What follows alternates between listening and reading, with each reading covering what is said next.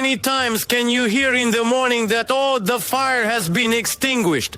Debris, Mlrs. How can you not put a dome over the main, most important objects in our country? What, are there no maps of these objects?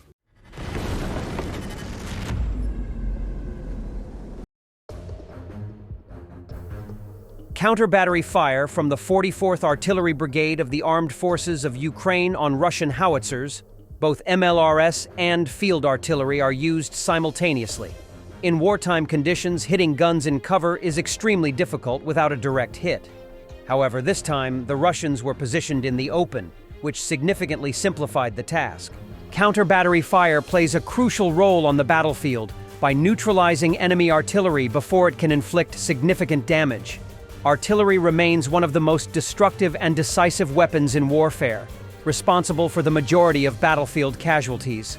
By detecting, locating, and striking enemy artillery positions, counter-battery fire helps reduce incoming shelling, protecting friendly forces and civilians. Modern counter-battery operations rely on radar systems, drones, and satellite intelligence to track enemy artillery in real time. Once detected, precision-guided munitions such as HIMARS, Excalibur shells, or kamikaze drones can quickly eliminate these threats. This not only disrupts enemy firepower but also forces them to relocate, reducing their effectiveness. For Ukraine, counter-battery fire is especially vital in pushing back Russian artillery dominance. Destroying enemy howitzers, Mlrs, and mortars prevents them from bombarding Ukrainian positions and cities. It also helps pave the way for offensive operations by weakening enemy defensive lines. Pilots of the 5th Separate Assault Brigade, after losing drone in the gray zone, decided to go on a raid to retrieve it. As a result, they returned with 2 captured Russians, an enemy Capuchon electronic warfare system, 3 enemy Mavic drones, and 4 enemy FPV drones. 1 occupier was eliminated with small arms. 112-го полка войсковой части 34498 выражаем благодарность операторам БПЛА 5-й отдельной механизированной тяжелой бригады, а также выражаем благодарность телеграм-каналу «Мысли фронтовика». Слава Украине! Героям слава! The soldiers of the 72nd Mechanized Brigade, named after the Black Zaporozhians, successfully defeated Russian forces, eliminating 13 pieces of enemy equipment. A video of the destruction was shared by the brigade's press service. The Russian convoy was swiftly detected by aerial reconnaissance units, allowing for precise weapon preparation. The enemy began to suffer the first losses from mines laid by the army, after which aerial reconnaissance adjusted artillery fire on the convoy. The invaders, realizing that they were under attack by Ukrainian defenders, tried to move near forested areas to get out of the sight of the drones, but failed.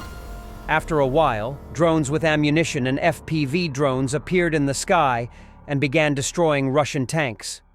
Thus, this unsuccessful assault attempt cost the enemy 3 tanks, 4 Akhmat armored vehicles, 1 vehicle, and 40 soldiers who were killed. In addition, about 100 Russian drones were neutralized by electronic warfare systems, which were actively used both for reconnaissance and to support their own troops. Militarny previously reported that 2 soldiers of the 425th Skala Separate Assault Regiment had repelled an enemy attack and taken prisoners of war.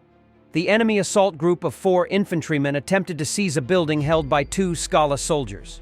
Initially, a Russian machine gunner taking cover in a neighboring building opened fire on Ukrainian positions, but was quickly met with a grenade in response. Afterward, the Russian infantrymen tried to bypass the structure and approach again, but failed. FPV drones arrived to support the Ukrainian soldiers, causing the enemy infantry to scatter. A machine gunner fled the battlefield, 1 was killed, and 2 took shelter in the basement. Eventually, the Skala's soldiers left the building and captured the 2 remaining invaders from the basement. Russia needs a pause in the war to recover its strength. There are all the signs of this.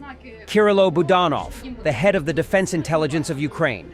According to the chief intelligence officer, Russians have reached the maximum of their production capacity. Budanov specified that a day of war costs the Russian Federation about $1 billion.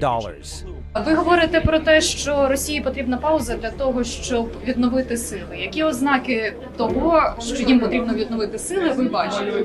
Слухайте, ну цікаве питання. Що значить, які ознаки, коли ви питаєте керівника розвідки? Так всі ознаки до цього є. Абсолютно всі. Починаючи від того, що вони вийшли на свій максимум свого виробництва, все, більше неможливо виробити, ніж виробляється вже. Потрібна пауза. День війни для Російської Федерації коштує трошки менше 1 мільярда. Ви розумієте, які це гроші? 41% офіційного бюджету. Росія витрачає свої кошти. У нас є партнери в цьому плані, а вони власні кошти витрачають. And Donald Trump is continuing with his imperialistic nonsense. The guy who promised to end all wars already announced possible military intervention against Panama and Greenland. As I made clear during my joint address to Congress, the United States strongly supports the people of Greenland's right to determine their own future. We will continue to keep you safe, as we have since World War II.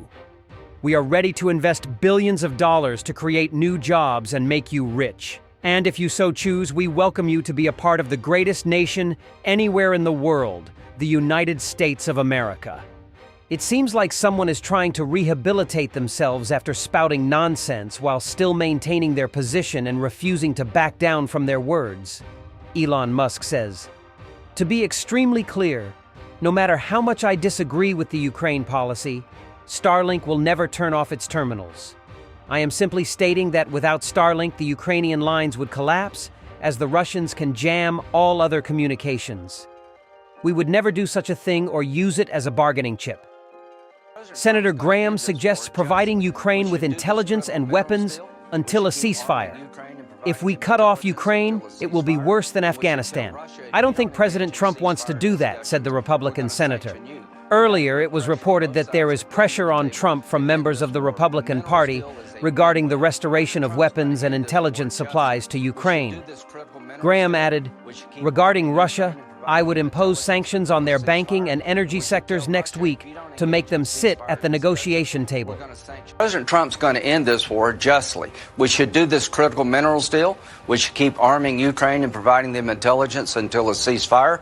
And we should tell Russia, if you don't engage in ceasefire discussions, we're going to sanction you. We got to put pressure on both sides to get them to the table to end this war. The minerals deal is a win-win.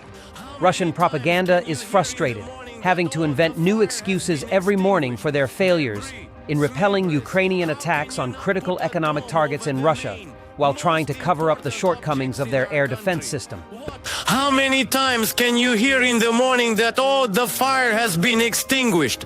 Debris, Mlrs. How can you not put a dome over the main, most important objects in our country? What, are there no maps of these objects? Thanks for watching, and don't forget to subscribe. Also, if you want to support Warthog Defense, please become our member and get early access to new videos, exclusive members-only videos, and become administrator in comment section. The membership link is in the description. Rescues every day. We had a guy last week, it's 6 rescues in 6 days.